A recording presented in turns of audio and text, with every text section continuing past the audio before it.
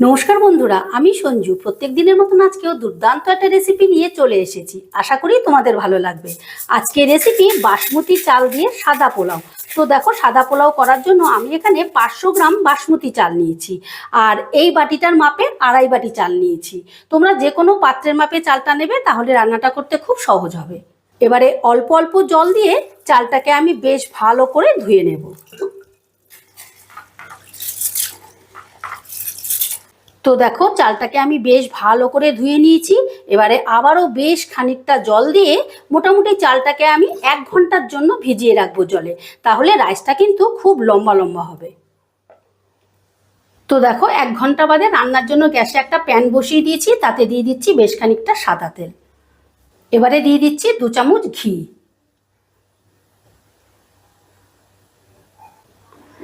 আচ্ছা, আমি রান্নাটা তেল আর ঘি দিয়ে করছি। তোমরা শুধু ঘি দিয়েও করতে পারো। শুধু ঘি দিয়ে করলে কিন্তু খেতে আরও বেশি ভালো হবে। এবার তেল আর ঘিটা গরম হয়ে গেলে প্রথমে আমি কাজুটা ভেজে নিচ্ছি। কাজুটা ভাজতে যেহেতু একটু সময় লাগে, সেই জন্য আগে কাজুটা দিলাম। তবে গ্যাসের আঁচটা কিন্তু একদম লোতে রাখতে হবে। কাজুটা একটু নাড়াচাড়া করেই আমি দিয়ে দিচ্ছি কিশমিশ।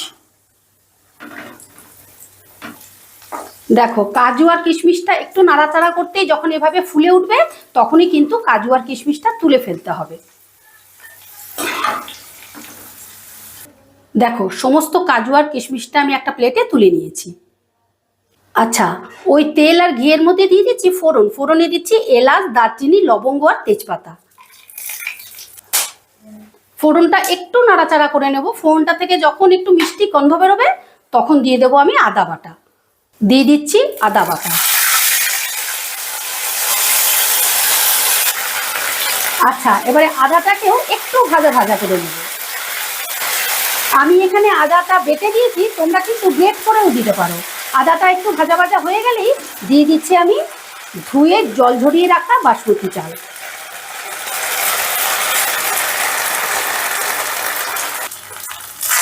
আচ্ছা, এবারে চালটাকে আমি প্রায় 9 থেকে 10 মিনিট বেশ ভালো করে ভাজা ভাজা করে নেব, মানে ড্রাই করে নেব।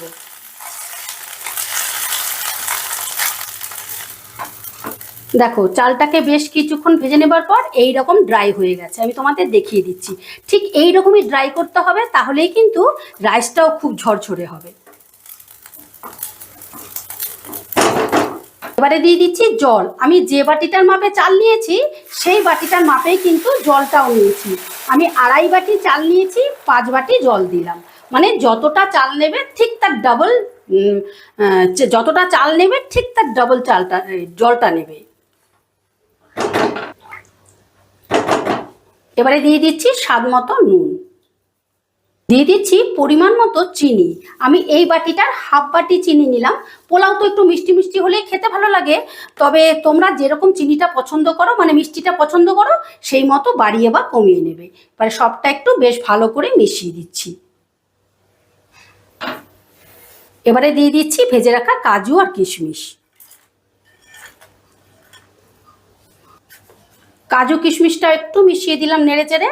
এবারে মিডিয়াম আঁচে রাইসটাকে আমি 5 মিনিটের জন্য বয়েল হতে দেব। দেখো, 5 মিনিট বাদে ঢাকাটা তুলে নিচ্ছি। জলটা অনেকটাই শুকিয়ে গেছে। এবারে চালটাকে আমি ওপরেরটা নিচে আর নিচেরটা ওপরে করে দিচ্ছি।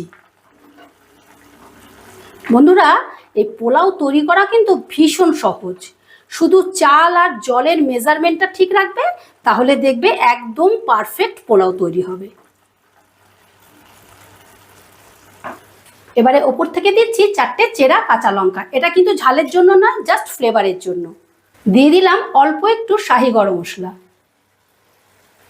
দিয়ে দিলাম 1 চামচ ঘি।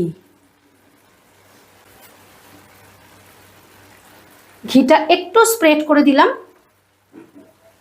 আচ্ছা, এবারে দেখো, গ্যাসে আমি একটা তাওয়া বসিয়ে দিয়েছি, আর তাওয়ার ওপরে প্যানটা বসালাম। বসিয়ে দিয়ে একদম লো আঁচে 10 মিনিটের জন্য রাইসটাকে আবারও আমি বয়েল করে নেব। দেখো, 10 মিনিট হয়ে গেছে। এবারে আমি গ্যাসটাকে অফ করে দিচ্ছি। কিন্তু এখন কিন্তু ঢাকনাটাকে আমি তুলবো না, আমি রাইসটাকে আরও 5 মিনিট দমে রাখবো। 5 মিনিট বাদে ঢাকাটা তুলে নিলাম।